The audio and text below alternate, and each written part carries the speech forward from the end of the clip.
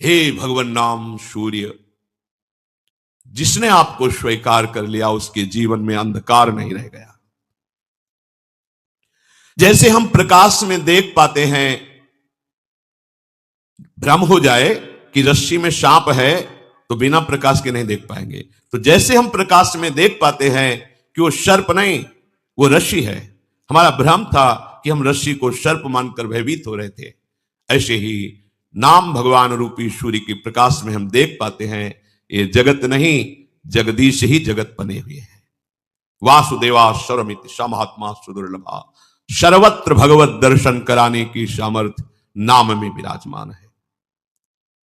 इस संसार में कौन ऐसा होगा प्रवीण पंडित जन जो आपकी महामहिमा असमोर्ध महिमा को यथार्थ रूप में कह समर्थ है। कहूं कहां लगी नाम बढ़ाई, राम न सकहि नाम गुण गाई। स्वयं नामी भगवान भी अपने नाम की महिमा को पूर्ण रूप से वर्णन करने में असमर्थ हैं। ऐसी अपार महिमा आपकी है। कोई भी हो, कहीं भी हो, कोई शर्त नहीं है, पवित्र हो या पवित्र हो, नाम का चिंतन, नाम का गायन, नाम का रटन आपके अविद्या रूपी अंधकार का नाश करके परम वैभव प्रकाशित कर देगा। लोक परलोक के सारे सुख आपको प्राप्त हो जाएंगे। यही परलोक सकल सुख पावत मेरी सो भैया, कृष्ण गुण संचु, महाप्रभु हरिवंश चंद्र जी कहते हैं। जो चाहिए ये नाम तुम्हें प्रकाशित कर देगा। उस वस्तु, व्यक्ति, स्थान, परिस्थिति, घटना, कोई भी ऐसा नहीं होगा कि तुम्हें कभी ऐसा अभाव का वर्ण अनुभव हो कि ऐसा। जिस समय नाम का एक छत्र राज्य हो जाता है तो और कोई भाव ही नहीं रह जाता, क्योंकि पता चल जाता है इस माया के नाटक में फंसने से जो हमें दुख मिला, अशांति मिली, क्लेश मिली, वो हमें गलती समझ में आ जाती है। इसलिए वस्तु, व्यक्ति, स्थान, घटना, परिस्थिति की मांग ही खत्म हो जाती है। ऐसा लाभ प्राप्त होता है जिस लाभ प्राप्त होने के बाद और कुछ प्राप्त करना बाकी ही नहीं रहता। जो तत्व दृष्टि से विहीन हैं, जिनको ज्ञान नहीं है, उनको भी वही गति प्रदान करने में समर्थ है नाम। आहा, ये बड़ी बात है। तत्व ज्ञान प्राप्त होना ये बहुत कठिन बात है, लेकिन तत्व ज्ञानियों की जो गति है वही एक नाम जापक को भी प्राप्त हो जाएगी। नाम तत्व बोध करा देगा, नाम परम पद में स्थापित कर देगा। अथैकांतिक भावे नोपाशितम नाम भोगैक विनाश्यम अपि प्रारब्धम विनैव भोगाद्विनाशयति त्याह। राधा। ओहो, बड़े आश्चर्यमयी बात। शास्त्रों में जहां हम महिमा देखते हैं साधनों की, सिद्धांतों की, वहां यह पाया जाता है कि जो आपसे अब कर्म बन रहे हैं, भगवत शरणागत हो, उनको मानो भुने हुए चने में जैसे अंकुरण नहीं होता, ऐसे आपके नवीन कर्म आपको बांध नहीं पाएंगे।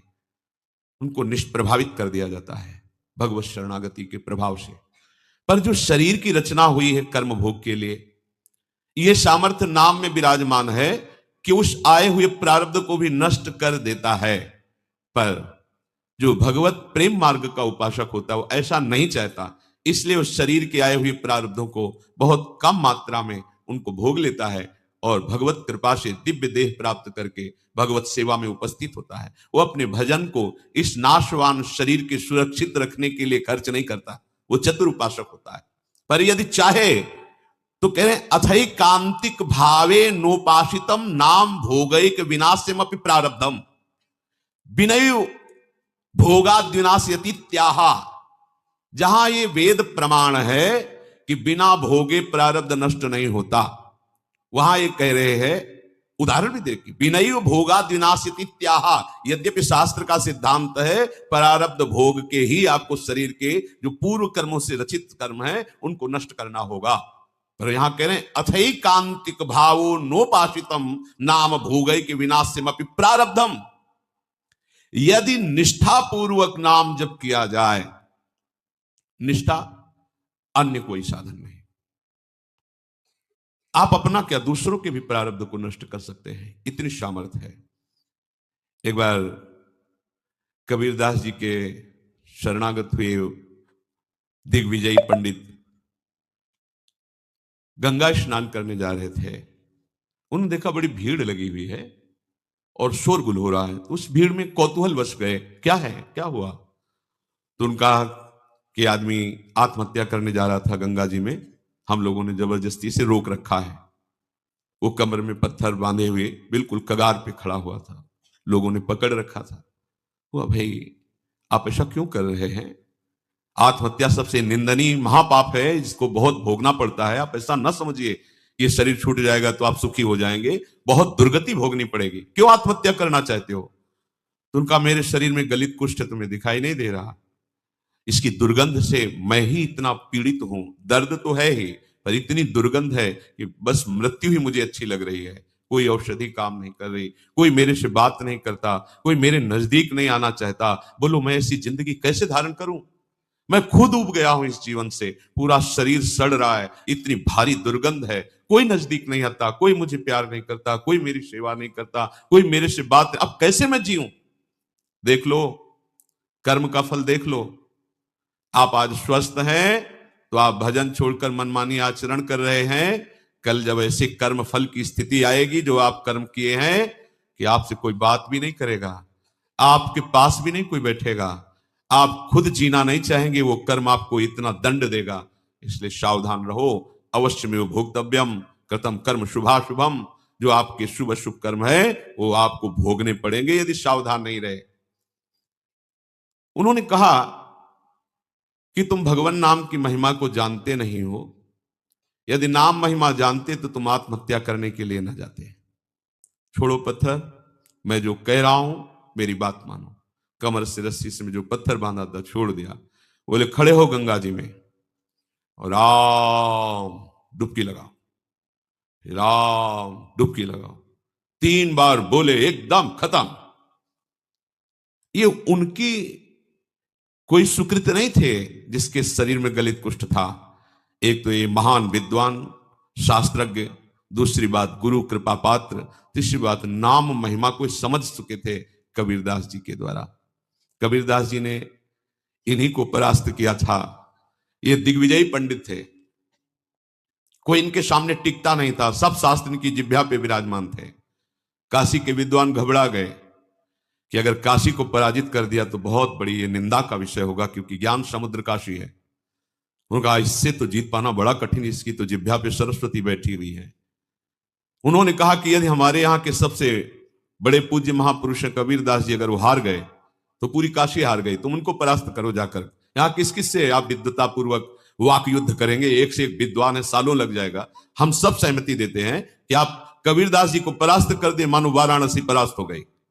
ठीक है, कबीरदास जी के पास गए, उन्होंने कहा शास्त्रार्थ करना चाहते हैं। हमें शास्त्र कहां आता है। कबीरदास बोले पराजय लिख दो, इसमें दस्तखत कर दो, हाँ करवा लो जहां दस्तखत। बोले काशी के विद्वानों ने कहा है कि आपकी पराजय पूरी काशी की पराजय। तो बोले फिर रुक जाओ, हम तुमसे प्रश्न करते हैं कि पढ़ के समझे हो या समझ के पढ़े हो। अब जो हरि के चरणारविंद के प्रेम में डूबा हुआ है उसकी वाणी सरस्वती भी नहीं समझ सकती। पहली बार उसकी बात ही समझ में नहीं आई कि बाबा प्रश्न क्या कर रहे हैं। फिर हाथ जोड़ा, कहा महाराज एक बार फिर प्रश्न कीजिए। तो उन्होंने कहा पढ़ के समझे हो कि समझ के पढ़े हो। जैसे कोई किसी को स्तंभित कर दे मंत्र के द्वारा, बुद्धि ही काम नहीं कर रही, पूरी सभा लगी हुई है कौतूहल देखने के लिए। वो ये शास्त्र खोले, वो शास्त्र खोले, कुछ। कहा महाराज हमारे तो प्रश्न ही की धरा समझ में नहीं आ रही। बोले तो उत्तर क्या दोगे, शास्त्रार्थ क्या करोगे, जब प्रश्न की ही धरा तुम्हें समझ में नहीं आ रही तो व्यर्थ में अभिमान लिए घूम रहे दिग्विजय का। पढ़ के समझे हो कि समझ के पढ़े हो। हम तुम्हें बताते हैं तुम ना पढ़ के समझे हो ना समझ के पढ़े हो। अगर समझ के पढ़े होते तो सब शास्त्रों का सार है भगवान के नाम में प्रेम, भगवान के चरणों की भक्ति। अगर पढ़ के समझे होते तो अब तक समझ गए होते कि सबका शास्त्रों का सार क्या है, तुम समझ ही नहीं पाए। उन्होंने उसी समय सब गंगा जी में शास्त्र प्रवाहित कर दिए और श्री चरणों का कबीरदास जी के आश्रय ले लिया, शिष्य बन गए और नाम जप करने लगे। उनकी ये निष्ठा कि 3 बार नाम, ये उनकी निष्ठा, उससे उनका गलित कुष्ठ चला गया। अब ये बड़े आनंदित होकर कबीरदास जी के पास पहुंचे और कहा, भगवान, एक गलित कुष्ठ शरीर वाला आत्महत्या करने जा रहा था, तो आपकी कृपा से, नाम महाराज के प्रभाव से 3 बार नाम बुलवाने पर वो गंगा में डुबकी लगाते ही पवित्र शरीर और निरोग शरीर हो गया उसका, और बहुत प्रसन्न हो गया। और उसको भी हमने कहा, नाम जप करो। कबीरदास जी ने कहा, तुमने नाम की महिमा जानी? अरे ये केवल नामाभास से ठीक हो सकता था, तुमने 3 बार बुलवाया है।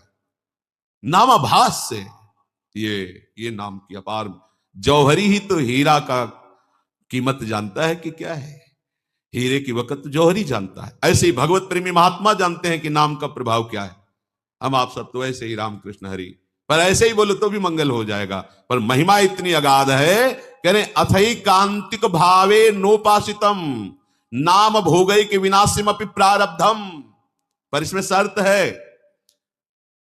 शर्त है, अथई कांतिक, एकांतिक, अर्थात अब कोई आश्रय नहीं, कोई भरोसा नहीं, केवल नाम का आश्रय, केवल नाम का भरोसा। इसे कहते हैं निष्ठा। निष्ठा पूर्वक जपा हुआ नाम भोग के द्वारा ही विनाश से प्रारब्ध कर्म को भोग के बिना ही नष्ट कर देता है।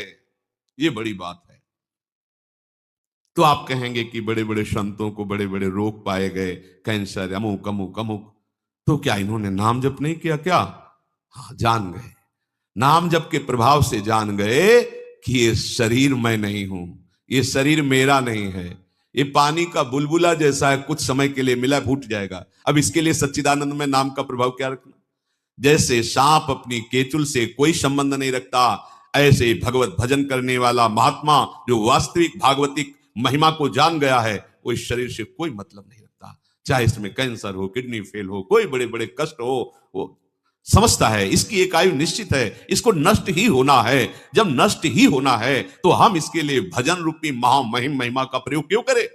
यह अविनाशी थोड़ी रहेगा, आज नहीं तो कल जाएगा। ये जब जाएगा ही तो इसके लिए हम अपने भजन को क्यों खर्चा करें? इसीलिए उन महापुरुषों ने अपने भजन का प्रयोग शरीर को स्वस्थ रखने में नहीं किया। नहीं तो इतनी सामर्थ्य है नाम में कि वो सब रोगों को नष्ट कर सकता है। आश्चर्य में ये देखा है।